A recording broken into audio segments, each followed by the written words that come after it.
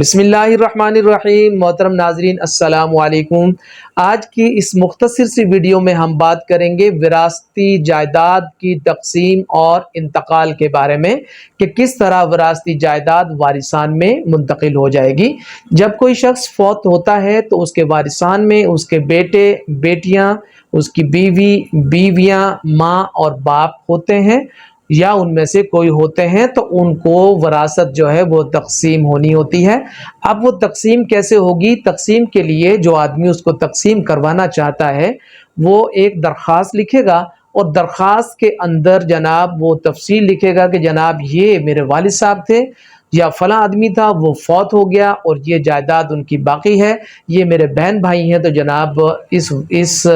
جو جائیداد وراثت کی ہے اس کا انتقال کیا جائے ہمارے درمیان میں۔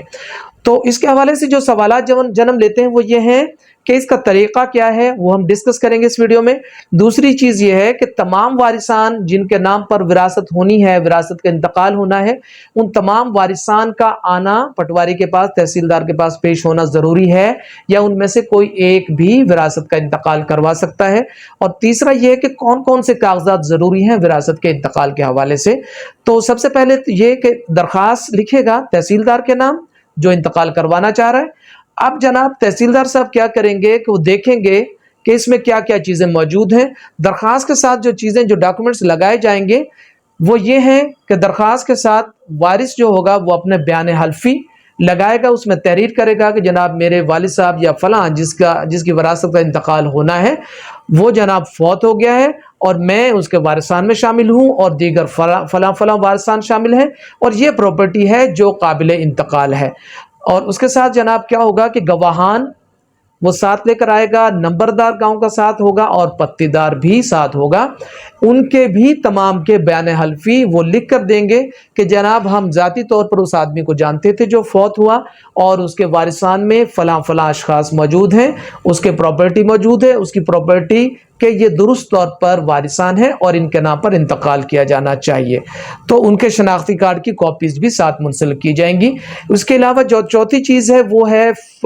FRC یعنی فیملی رجسٹریشن سرٹیفکیٹ۔ یہ نادرا سے لیا جائے گا جس میں تمام جو وارثان ہیں ان کی تفصیل موجود ہوگی، وہ بھی جناب ساتھ لگا دیا جائے گا۔ اس کے علاوہ تمام وارثان کے شناختی کارڈ کی فوٹو کاپیاں۔ اب یہاں پر سوال پیدا ہو جاتا ہے کہ کچھ وارثان ایسے ہوتے ہیں جو وراثت کو تقسیم کروانا نہیں چاہتے بلکہ وہ چاہ رہے ہوتے ہیں کسی نہ کسی طریقے سے بہنوں کو محروم کر دیں یا کسی دیگر بھائی کو محروم کر دیں اور فراڈ کر لیں، اس لیے وہ سب جو ہے مکمل طور پر پٹواری کے پاس، تحصیلدار کے پاس حاضر ہونا نہیں چاہ رہے ہوتے۔ تو جناب اس کا جواب یہ ہے کہ تمام وارثان کا مکمل طور پر آنا ضروری نہیں ہے۔ ان کے شناختی کارڈ آپ حاصل کر سکتے ہیں، وہ آپ پرائیویٹلی بھی حاصل کر سکتے ہیں اگر آپ کے پاس ان کے نمبر موجود ہیں، یا جب آپ FRC نکلوائیں گے تو وہاں سے بھی آپ کو بے فارم یا شناختی کارڈ کے نمبر مل جائیں گے، ان کی روشنی میں آپ شناختی کارڈ کی کاپی نکلوا لیجئے اور وہ دے دیجئے، تو یہ بھی ضروری ہے۔ اس کے علاوہ جو متوفی فوت ہوا ہے اس کا ڈیتھ سرٹیفکیٹ بھی آپ درخواست کے ساتھ لگائیے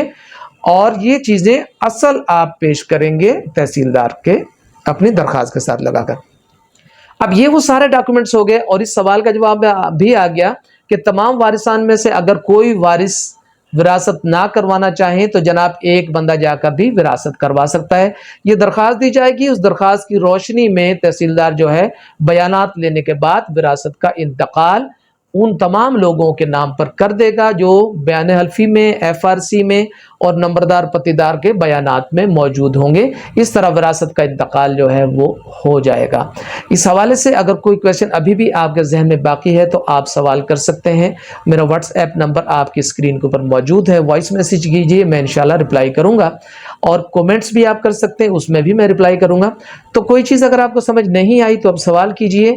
یا سوال پوچھیے، اور اگر یہ ویڈیو آپ کو پسند آئی ہے تو اسے لائک کیجیے، اور اس قسم کی دیگر ویڈیوز کو دیکھنے کے لیے میرے چینل کو سبسکرائب کیجیے اور رنگ کے بٹن کو ضرور پریس کیجیے گا تاکہ بغیر کسی تاخیر کے یہ ویڈیوز، میری تمام ویڈیوز آپ تک پہنچتی رہیں۔ اپنا خیال رکھیے گا، اللہ حافظ۔